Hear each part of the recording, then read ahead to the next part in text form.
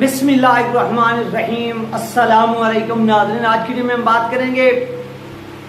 ایک مرتبہ پھر ڈاکٹر شفیق امینی صاحب کے اوپر اور ڈاکٹر آصف اشرف جلالی صاحب اور سعد حسین ریز صاحب کے اوپر۔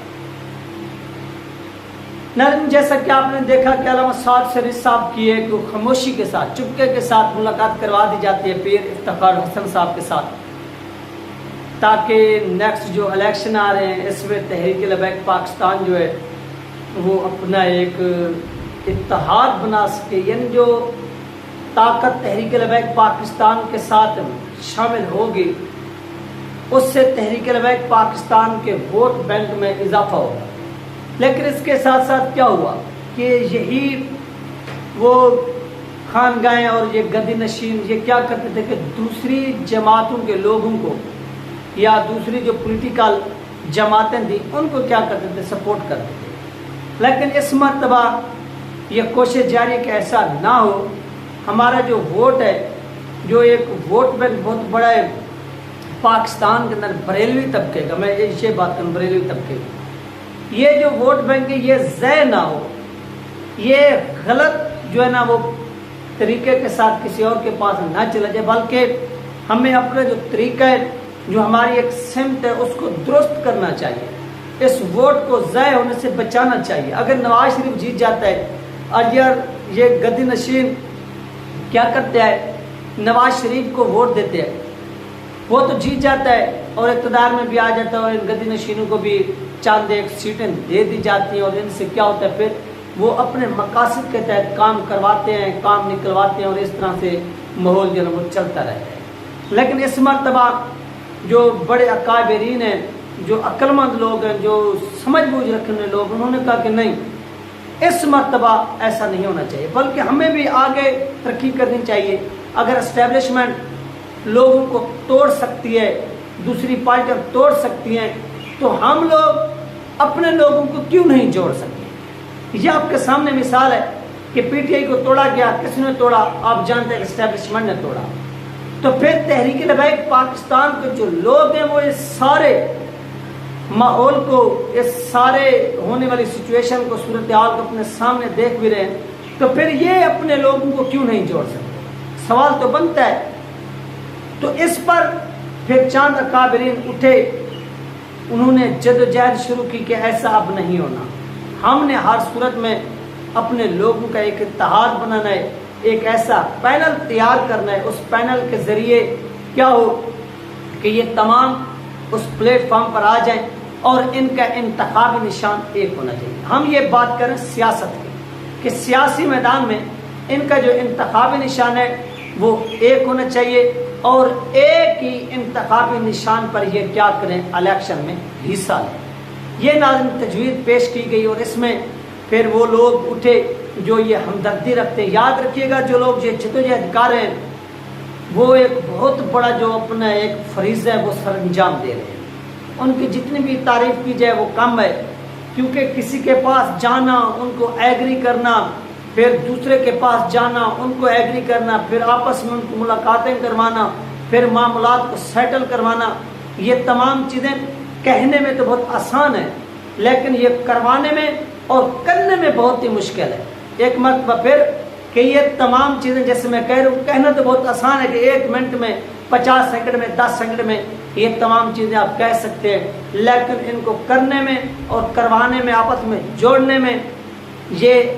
ایسا سمجھنے میں نہایت ہی مشکل اور کٹھن جو ہے نا وہ راستہ ہوتا ہے۔ لیکن ان لوگوں نے پھر بھی ہمت نہیں آ رہی اور اپنے اس مشن کے تحت کام کو جاری کا آخرکار ان کو ایک کامیابی ملتی ہے۔ افتخار حسن صاحب کے بعد جو اب ڈاکٹر شفیق امینی صاحب اور دیگر جو لوگ ہیں وہ کوشش کر رہے ہیں کہ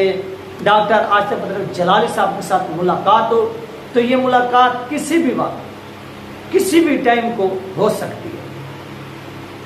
اس میں معاملہ طے ہوں نہ وہ ایک الگ چیز ہے، اس پر ہم بعد میں بات کریں گے۔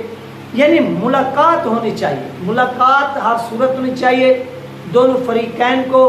جو اپنے مطالبات ہیں، جو شرائط ہیں وہ سامنے رکھنی چاہیے، ٹیبل ٹاک ہونی چاہیے، ایک ٹیبل پر بیٹھنا چاہیے، وہ بھی اپنے جو دکھڑے ہیں وہ سعد ریز صاحب کو سنائیں، سعد ریز صاحب ان کو سنائیں، پھر جو مسائل ہیں وہ مسائل سنائیں، پھر بیٹھے ان مسائل کا حل نکالنے کا کوئی طریقہ ڈھونڈے کہ یار اگر یہ مسائل چل رہے ہیں سیاسی میدان میں، پاکستان کے اندر مذہبی طبقے کو دیوار کے ساتھ لگایا جا رہا ہے، تو وہ کون سا راستہ ہے وہ ہم اختیار کریں ہم سب لوگ، اور اس راستے پر چل کر علماء کرام کو یا مذہبی جماعتوں کو جب سائڈ پر لگایا جاتا ہے، یا شریعت محمدیہ کو جب نہیں آنے دیا جا رہا، نافذ نہیں ہونے دیا جا رہا، تو وہ بیماری کون سی ہے جو ان تمام چیزوں کے آگے رکاوٹ بنے ہوئی ہے؟ اس رکاوٹ کو توڑنے کے لیے آخر ایک راستہ تو ہوگا، آخر ان کا ایک علاج تو ہوگا اس بیماری کا۔ تو یہ جب تمام لوگ ایک پینل پر اکٹھے ہوں گے، ایک میز پر بیٹھیں گے، ایک سٹیج پر بیٹھیں گے، تو تب جا کر یہ اس بیماری کا علاج بھی ڈھونڈنے میں کامیاب ہوں گے، اور یہ ان کے پاس وہ طریقہ بھی آ جائے گا کہ وہ یہ طریقہ ہے، اور اس طریقے کے اوپر اگر ہم نے شروع کیا، ہم نے ترکیب بنا لی، تو یاد رکھیے پھر ہمیں کوئی بندہ شکست نہیں دے سکتا، پھر ہمیں کوئی بندہ ہرا نہیں سکتا۔ اب لوگوں کے اندر داد اٹھنے لگے ہیں کہ ڈاکٹر شفیق اپنا ڈاکٹر آصف اشرف جلالی صاحب ہو گئے، یہ علامہ سعد سید صاحب ہو گئے، ان کی ملاقات ہو گئی تو یہ ایجنسیوں کی سازش ہوگی، یہ ہوگا وہ ہوگا۔ عمران خان کو بھی سازش کے تحت اس طرح سے کیا گیا، پھر لوگ چھوڑ جاتے ہیں۔ ہر کسی کی اپنی سوچ ہوتی ہے، آپ کی اگر یہ سوچ ہے وہ آپ کے اپنے ذہن کے مطابق ہے۔ جو لوگ ملاقات کروائے رہے ہیں، ملوا رہے ہیں، ان کو اکٹھا کر رہے ہیں، ان کی اپنی سوچ ہے، ان کا ایک اپنی نظریہ ہے، وہ اس کے ذریعے کام کر رہے ہیں اور آپ اپنے ذریعے کام کریں۔ اب ناظرین یہاں پر کیا ہوگا؟ اب یہاں پر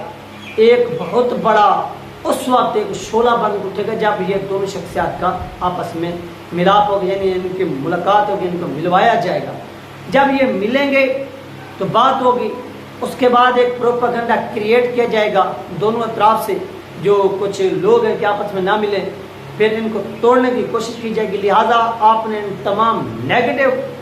پوائنٹ سے، ان چیزوں سے دور رکھنا ہے خود کو بھی، اور لوگوں کے ذہنوں میں بھی یہ نیگیٹیوٹی جو ہے نا وہ نہیں آنے دینی۔ اب چلتے ہیں ناظرین ہم ڈاکٹر شفیق امینی صاحب کے اوپر۔ ڈاکٹر شفیق امینی صاحب گزشتہ روز ایک ٹی وی شو میں آتے ہیں